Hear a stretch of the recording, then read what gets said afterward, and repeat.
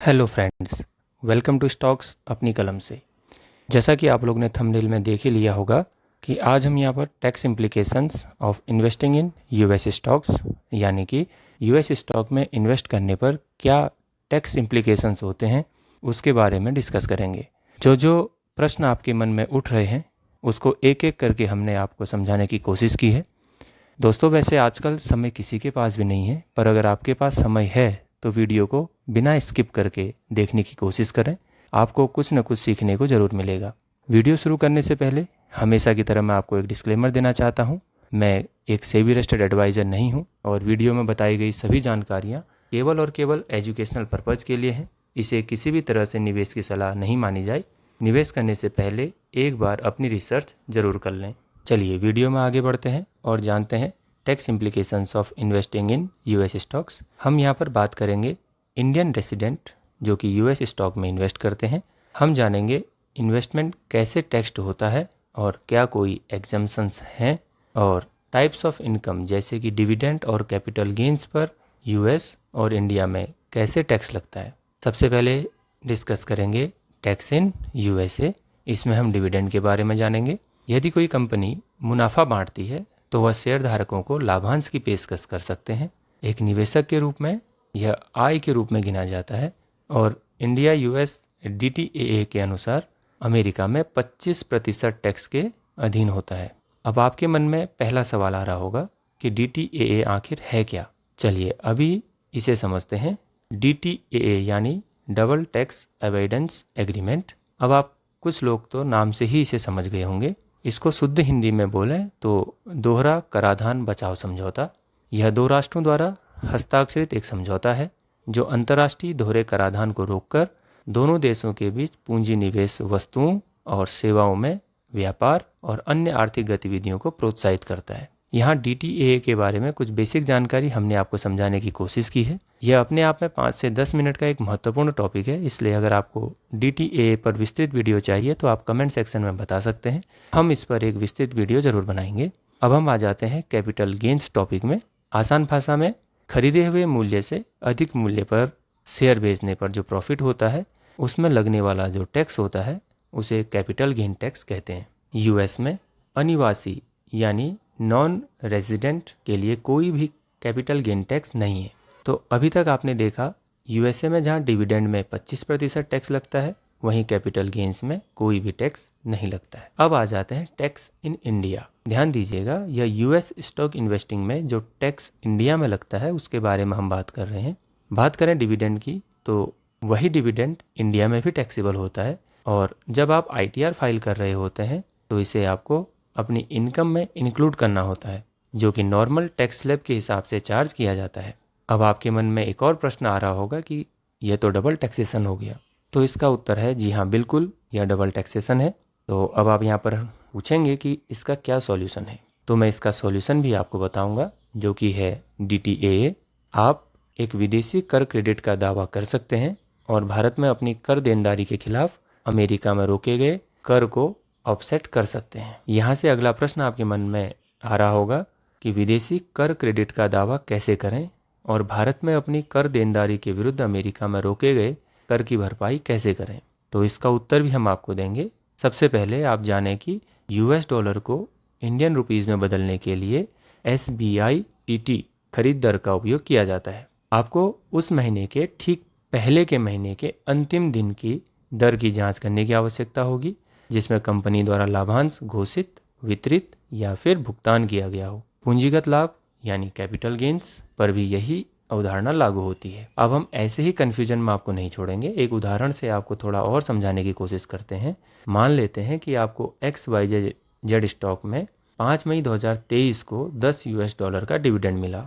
तो इसके लिए आप SBITT बाइंग रेट 30 अप्रैल 2023 जो कि पिछले महीने की अंतिम तारीख थी उसे लेंगे। इसकी मदद से आप यूएस डॉलर को इंडियन रुपीज़ में कन्वर्ट करेंगे।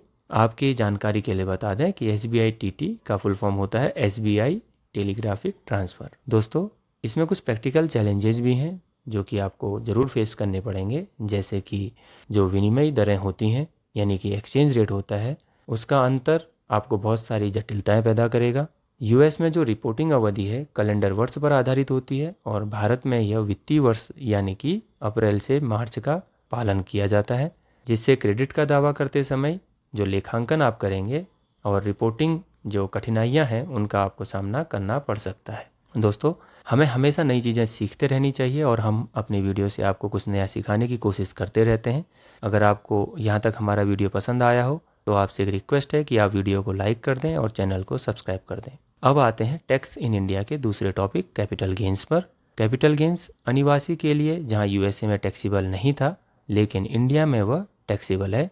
अब मैं आपको एक सवाल पूछता हूं, क्या आपने अपना स्टॉक 24 महीने से अधिक समय के लिए होल्ड किया है? अब आपके मन में कुछ ना कुछ उत्तर जरूर आया होगा।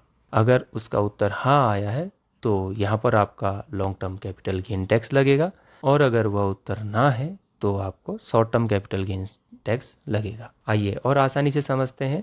सबसे पहले लॉन्ग टर्म कैपिटल गेन्स को समझेंगे। यदि आप 24 महीने से अधिक समय के लिए यूएस स्टॉक रखते हैं तो बिक्री पर आपके लाभ को दीर्घकालिक पूंजीगत लाभ माना जाएगा और 20% प्लस सरचार्ज और फीस जोड़कर टैक्स लगाया जाएगा। यह सब हम इंडिया में लगने वाले टैक्स की बात कर रहे हैं। अब आते हैं शॉर्ट टर्म कैपिटल गेन्स पर। तो इसमें आपकी इनकम स्लैब की जो दर है उसके अनुसार ही टैक्स लगाया जाएगा। आइए एक बार हम समरी देख लेते हैं। हमने सबसे पहले डिविडेंड के बारे में बात की, जिसमें यूएस में 25% की दर से टैक्स लगा था और इंडिया में भी डिविडेंड में टैक्स लगता है, जो कि आपके इनकम टैक्स स्लैब के हिसाब से एप्लीकेबल होता है।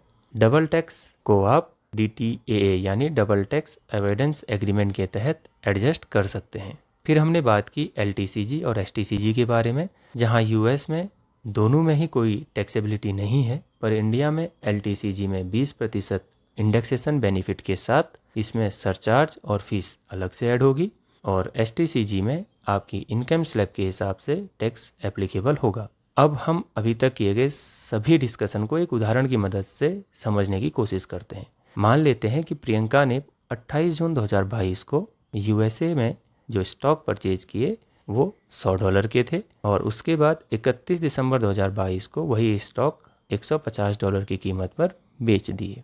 अब हम यहाँ पर यह एज्यूम करेंगे SBI TT बाइंग रेट को।